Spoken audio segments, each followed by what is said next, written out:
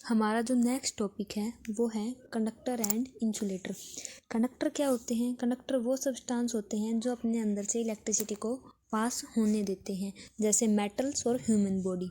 उसके बाद आता है इंसुलेटर्स। इंसुलेटर्स क्या होते हैं? इंसुलेटर वो सब्सटेंस होते हैं जो अपने अंदर से इलेक्ट्रिसिटी को पास नहीं होने देते। और इंसुलेटर का सबसे अच्छा एग्जाम्पल क्या है? Non metal, plastic, would.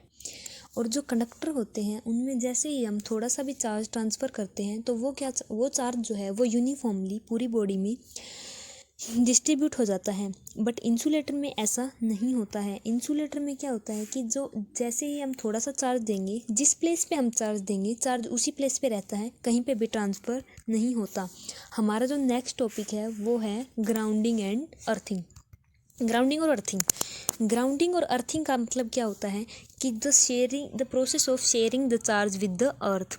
Grounding और जो अर्थिंग है उस प्रोसेस में हम जो चार्ज है उसको अर्थ के साथ शेयर कर देते हैं, इसे हम ग्राउंडिंग और अर्थिंग कहते हैं। Hello students, welcome to VB physics. Today's our topic is charging production methods. जो चार्ज है वो हम 3 तरीके से प्रोड्यूस कर सकते हैं। फर्स्ट जो मेथड है बाय फ्रिक्शन। जो पहला मेथड है वो है फ्रिक्शन, हम चार्ज को फ्रिक्शन से भी प्रोड्यूस कर सकते हैं। जो सेकंड मेथड है बाय कंडक्शन, हम चार्ज को कंडक्शन से भी प्रोड्यूस कर सकते हैं। और जो थर्ड मेथड है वो है बाय इंडक्शन, हम चार्ज को इंडक्शन के थ्रू भी प्रोड्यूस कर सकते हैं। चार्ज को जो प्रोड्यूस करने का हमारा पहला मेथड है वो है फ्रिक्शन मेथड। फ्रिक्शन मेथड में क्या होता है कि हम जो दो डिफरेंट ऑब्जेक्ट को एक दूसरे के साथ रब करते हैं तो वो इलेक्ट्रीफाइड हो जाते हैं। इलेक्ट्रीफाइड होने का मतलब है जब हम दो ऑब्जेक्ट्स को आपस में रब करेंगे तो उनके अंदर इलेक्ट्रॉन्स का ट्रांसफ़र होगा। एक ऑब्जेक्ट से दूसरे ऑब्जेक्ट के अंदर इलेक्ट्रॉन्स ट्रांसफ़र हो जाते हैं। और जिस ऑब्जेक्ट के इलेक्ट्रॉन लूजली बाउंड होते हैं उसके इलेक्ट्रॉन दूसरे ऑब्जेक्ट में ट्रांसफ़र हो जाते हैं। और जैसे ही इलेक्ट्रॉन ट्रांसफ़र होते हैं, जो गेन इलेक्ट्रॉन है वो नेगेटिवली चार्ज हो जाते हैं और जिसने ऑब्जेक्ट ने इलेक्ट्रॉन लूज किए हैं वो पॉजिटिवली चार्ज हो जाता है। और इस केस में हमेशा मास चेंज होता है फ्रिक्शन मेथड में। फ्रिक्शन मेथड में मास चेंज क्यों होता है? क्योंकि जब हम एक ऑब्जेक्ट को दूसरे ऑब्जेक्ट के साथ रब करते हैं तो जो इलेक्ट्रॉन है उसका खुद का भी कुछ मास होता है और इसी वजह से दोनों ऑब्जेक्ट्स के मास में चेंज आ जाता है। हमारा अगला जो मेथड है वो है bye conduction method. Conduction method में क्या होता है कि हम एक अनचार्ज्ड बॉडी को डायरेक्ट कांटेक्ट में लेके आते हैं चार्ज्ड बॉडी के। जब हम एक अनचार्ज्ड बॉडी को चार्ज्ड बॉडी के डायरेक्ट कांटेक्ट में लेके आते हैं तो जो चार्ज्ड बॉडी का चार्ज है वो अनचार्ज्ड बॉडी में भी ट्रांसफ़र हो जाता है। Charging by induction. Charging by induction में क्या होता है कि जब हम एक अनचार्ज्ड कंडक्टिंग बॉडी को एक चार्ज्ड बॉडी के नियर लेके जाते हैं तो उसके इनडायरेक्ट कांटेक्ट से जो चार्ज प्रोड्यूस होता है हम उसे कहते हैं चार्जिंग बाय इंडक्शन। आप इसको इस तरह भी लिख सकते हैं। सबसे पहले हम क्या करेंगे कि एक बी मेटेलिक स्फीयर ले लेंगे और इसको एक इंसुलेटिंग स्टैंड पे रख देंगे। रख दिया हमने। जब भी हम इसको इंसुलेटिंग स्टैंड पे रखेंगे तो हमें इसके ना पॉइंट लिखने होते हैं, ये हमें डिटेल में एक्सप्लेन करना होता है बोर्ड के पॉइंट ऑफ व्यू से। तो हम सबसे पहले पॉइंट में क्या लिखेंगे कि take a metallic sphere, take a metallic sphere B. हमने एक मेटेलिक स्फीयर ले लिया बी और उसे कहाँ पे रखना है? On an insulating stand. और उसे हमने इंसुलेटिंग स्टैंड पे रख दिया। और जो इंसुलेटिंग स्टैंड है और जो ये मेटेलिक स्फीयर है, जाहिर सी बात है इंसुलेटिंग स्टैंड है तो वो तो चार्ज हो ही नहीं सकता। हमने जो ये मेटेलिक स्फीयर लिया है ये क्या लिया है? अनचार्ज्ड। इसको हमने चार्ज करना है। उसके बाद क्या करेंगे हम? इस मेटेलिक स्फीयर जो बी है इसके पास एक पॉजिटिव चार्ज्ड रोड लेके आएंगे। इस रोड का नाम दे देते हैं हम ए। जैसे ही हम इस रोड को इस बी मेटेलिक स्फीयर के पास लेके आएंगे तो इसके अंदर जो पॉजिटिव चार्ज है वो तो दूसरी साइड आ जाएगा और जो नेगेटिव चार्ज है वो रोड के नियर आ जाएगा। इसमें जो चार्ज हैं वो अलग अलग डिवाइड हो जाते हैं। पॉजिटिव चार्ज रियर फेस पे आ जाता है स्फीयर के, और नेगेटिवली चार्ज जो है वो पॉजिटिव चार्ज रोड के साइड आ जाता है। उसके बाद हम क्या करेंगे?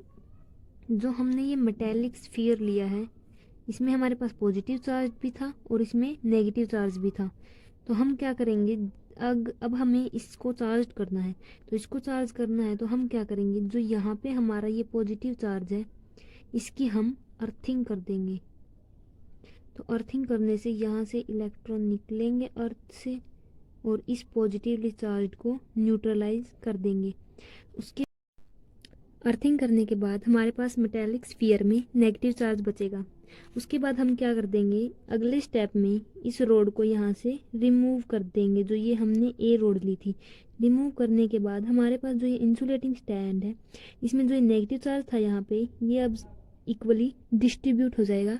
इट मीन्स ये यूनिफॉर्मली डिस्ट्रीब्यूट हो जाएगा।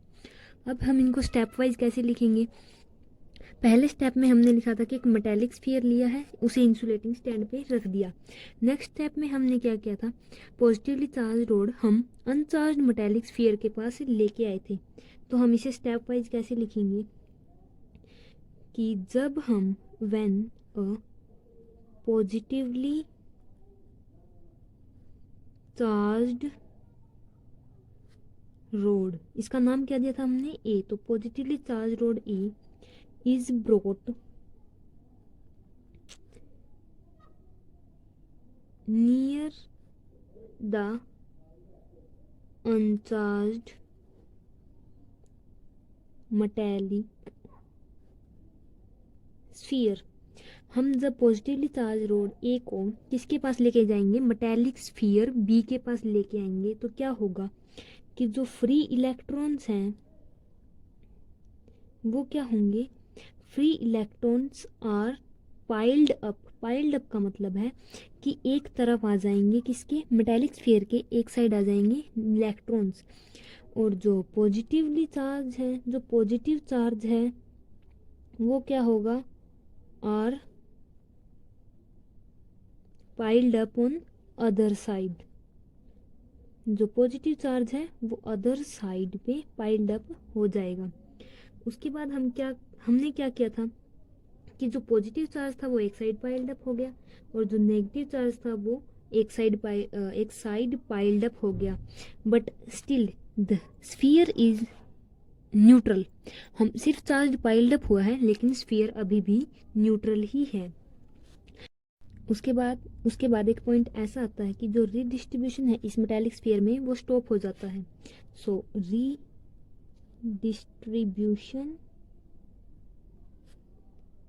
of charge is almost stops and net force on free electrons in metallic sphere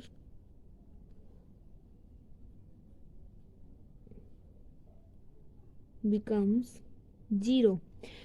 उसके बाद रीडिस्ट्रीब्यूशन के बाद जब रीडिस्ट्रीब्यूशन स्टॉप हो जाता है तो इसमें जो है वो इलेक्ट्रॉन्स पे फोर्स लगना बंद हो जाता है। उसके बाद हमने क्या किया था, इसमें अर्थिंग की थी, तो अब हम वही पॉइंट किस में लिखेंगे, जब हमने स्फीयर को क्या किया था, अर्थिंग की थी। When the sphere is grounded, जब हमने स्फीयर को ग्राउंडेड किया था इट मीन्स दैट जो स्फीयर था हमने उसको किसके साथ कनेक्ट किया था, अर्थ के साथ। तो अर्थ के साथ कनेक्ट कराया था, इसको हम कैसे लिखेंगे, it is connected to earth by a conducting wire के साथ हमने उसे अर्थ के साथ कनेक्ट कर दिया। जो वो अर्थ से फ्लो करेंगे और वो अर्थ से फ्लो करके किस में जाते हैं, स्फीयर में। So electrons flows from earth to sphere, earth से किस में चले जाते हैं, वो स्फीयर में, और वो क्या कर देते हैं, and neutralize the positive charge, जो पॉजिटिव चार्ज है उसको न्यूट्रलाइज कर देते हैं। ये बात हमने थोड़ी देर पहले ही वीडियो में देखी थी। ये लिखने का मेथड होता है एग्जाम में, हमें पॉइंट वाइज एक्सप्लेन करना होता है कि पॉजिटिव चार्ज का क्या होता है और नेगेटिव चार्ज का क्या होता है। अब जो हमारा नेगेटिव चार्ज था, the negative charge at the near end of sphere, जो नेगेटिव चार्ज था रोड की तरफ, वो हमारा नेगेटिव चार्ज क्या रहेगा, बाउंड रहेगा।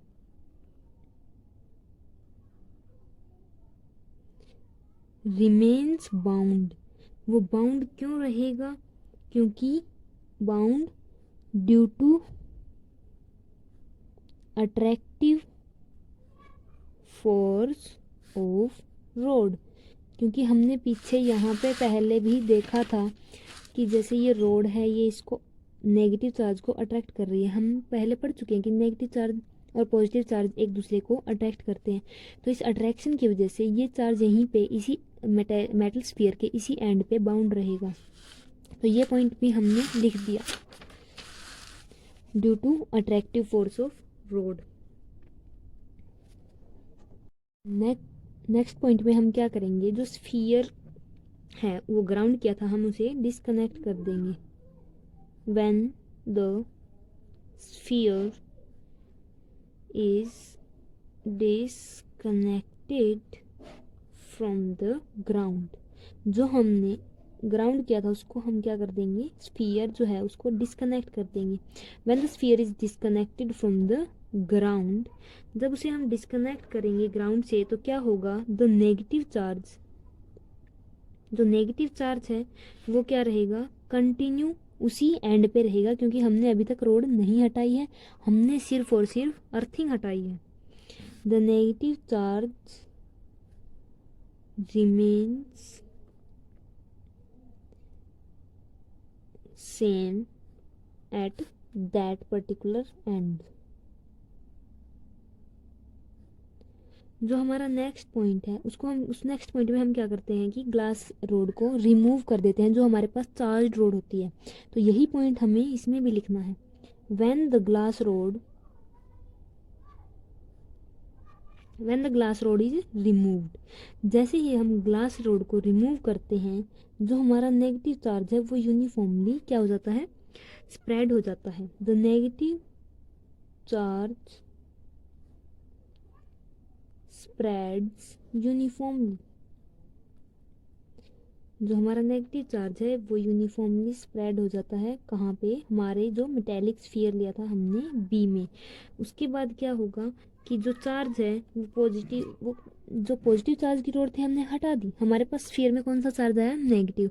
तो इट मीन्स दैट लास्ट में हमारे पास एक ऐसा स्फीयर बचेगा, इस जो हमने स्फीयर लिया है इस पे कौन सा चार्ज आएगा लास्ट में, नेगेटिव चार्ज। तो हम ये बोलेंगे कि जो हमारा स्फीयर है वो नेगेटिवली चार्ज्ड है। ये था हमारा इंडक्शन मेथड। पीछे जो हमने टॉपिक किया था उसमें हमने एक मेटेलिक स्फीयर लिया था बी, और उसको हमने उसके पास एक पॉजिटिवली चार्ज रोड लेके गए थे ए। इस टॉपिक में हम क्या करेंगे कि हम दो मेटेलिक स्फीयर ले लेंगे, ए और बी, दो हमने मेटेलिक स्फीयर लिए हैं। और हम क्या करेंगे, जैसे ही हम उसके पास एक रोड लेके जाएंगे, पॉजिटिवली चार्ज रोड लेके जाएंगे, तो क्या होगा कि जो चार्जेज हैं उनका रीडिस्ट्रीब्यूशन हो जाएगा। रीडिस्ट्रीब्यूशन कैसे होगा, जो पॉजिटिवली चार्ज हैं वो फर्दर दूसरे एंड पे आ जाएंगे, और जो नेगेटिव चार्ज हैं वो near the positively charged road के पास शिफ्ट हो जाएंगे। और जैसे ही हम इन दोनों स्फीयर्स को सेपरेट करेंगे, तो सेपरेट करने से क्या होगा कि जो सिर्फ थोड़ा सा डिस्टेंस पे सेपरेट करेंगे ताकि उनके चार्जेस एज इट इज़ मेंटेनली बने रहें, इक्विलिब्रियम में रहें, और इक्विलिब्रियम ताकि डिस्टर्ब ना हो। उसके बाद हम क्या करेंगे कि रोड को हटा देंगे। हम जैसे ही रोड को हटाएंगे, ये नेगेटिव चार्ज इस तरफ आ जाएगा और पॉजिटिव चार्ज इस नेगेटिव चार्ज के पास आ जाएगा। जैसे ही ये चार्ज आपस में नियर आएंगे, क्या होगा कि हम इन स्फीयर्स को अलग अलग सेपरेटली रख देंगे, इतना सेपरेट कर देंगे कि जो इनके चार्जेज हैं वो यूनिफॉर्मली डिस्ट्रीब्यूट हो जाएं। इस मेथड को भी हम चार्जिंग बाय इंडक्शन मेथड ही कहते हैं। उसके बाद हमारे पास एक क्वेश्चन है, और वो क्वेश्चन है कि how can you charge a metal sphere positively without touching it. ये वही टॉपिक है जो हमने पीछे अभी किया था। इसमें वही चीज़ें एक्सप्लेन की हुई हैं।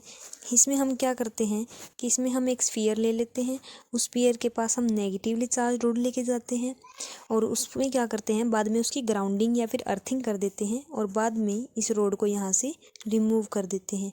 ये टॉपिक भी हम पहले पढ़ चुके हैं। उसके बाद हमारा जो नेक्स्ट टॉपिक आता है वो आता है basic properties of electric charge. Basic property क्या होती हैं इलेक्ट्रिक चार्ज की? इलेक्ट्रिक चार्ज की बेसिक प्रॉपर्टी होते हैं जैसे एडिटिविटी ऑफ चार्ज, चार्ज को हम ऐड कर सकते हैं, जैसे 1 + 2 + 3, इस तरह से हम चार्ज को ऐड कर सकते हैं। चार्ज का एडिटिव नेचर होता है। जैसे हम मैथ में 3 + 4 + 5 ऐड कर सकते हैं तो इनका ऐड आता है 12। उसी तरह से हम चार्ज को भी ऐड कर सकते हैं। चार्ज को कैसे ऐड कर सकते हैं? जैसे 3 कूलाम + 5 कूलाम है तो चार्ज कंजर्व्ड कैसे होता है? चार्ज इज कंजर्व्ड का मीनिंग है कि चार्ज को न तो हम क्रिएट कर सकते हैं और ना ही चार्ज को हम डिस्ट्रॉय कर सकते हैं। यहाँ पे लिखा भी हुआ है कि charge of isolated system is always conserved. Charge जो है वो हमेशा कंजर्व्ड रहता है। इट मीन्स दैट कि हम चार्ज को, जैसे हमने ये बॉडी ले ली ए और ये दूसरी बॉडी ले ली बी, हम क्या कर सकते हैं कि जैसे इसमें पॉजिटिव चार्ज है तो हम इस चार्ज को इस बॉडी में ट्रांसफ़र कर सकते हैं, बट हम चार्ज को क्रिएट नहीं कर सकते। सो बच्चों एक चीज़ का ध्यान रखना कि क्रिएट और प्रोड्यूस में बहुत ज़्यादा डिफरेंस होता है। प्रोड्यूस करने का मतलब उसके अंदर होता है चार्ज, बस हमें शो करना होता है, बट क्रिएट मीन्स कि बाहर से हमें कहीं से चीज़ें क्रिएट करना, बनाना। हम चार्ज को बना नहीं सकते बट प्रोड्यूस कर सकते हैं। That is the difference between create and produce. उसके बाद our next topic is quantization of charge. Quantization of charge. Quantization of charge का मतलब है कि जो हमारा चार्ज है वो हमेशा मल्टीपल इंटीग्रल की फॉर्म में होगा। Multiple integral. मल्टीपल इंटीग्रल का क्या मतलब है कि जो हमारा चार्ज है वो हमेशा इंटीजर की फॉर्म में होगा, जैसे 5 coulomb, 6 coulomb, it can be 19 coulomb, ये कुछ भी हो सकता है। बट चार्ज कभी भी हमारा 6.5 कूलाम ये चीज़ कभी भी नहीं होगी। चार्ज कभी भी हमेशा पॉइंट में नहीं होगा। हमारा जो हमारा चार्ज है वो हमेशा इंटीजर की फॉर्म में होगा। इंटीजर जो है इंटीजर कैन बी पॉजिटिव और इंटीजर कैन बी नेगेटिव। जो इंटीजर है वो पॉजिटिव भी हो सकते हैं, नेगेटिव भी हो सकते हैं। तो इसीलिए हमारा चार्ज 5 + 6 कूलाम भी हो सकता है और -6 कूलाम भी हो सकता है। बट हमारा चार्ज कभी भी 6.5 कूलाम ऐसे नहीं होगा। चार्ज हमेशा इंटीजर की फॉर्म में होगा। इसकी हम प्रॉपर डेफिनेशन क्या लिख सकते हैं? इसकी प्रॉपर डेफिनेशन हो सकती है कि द चार्ज on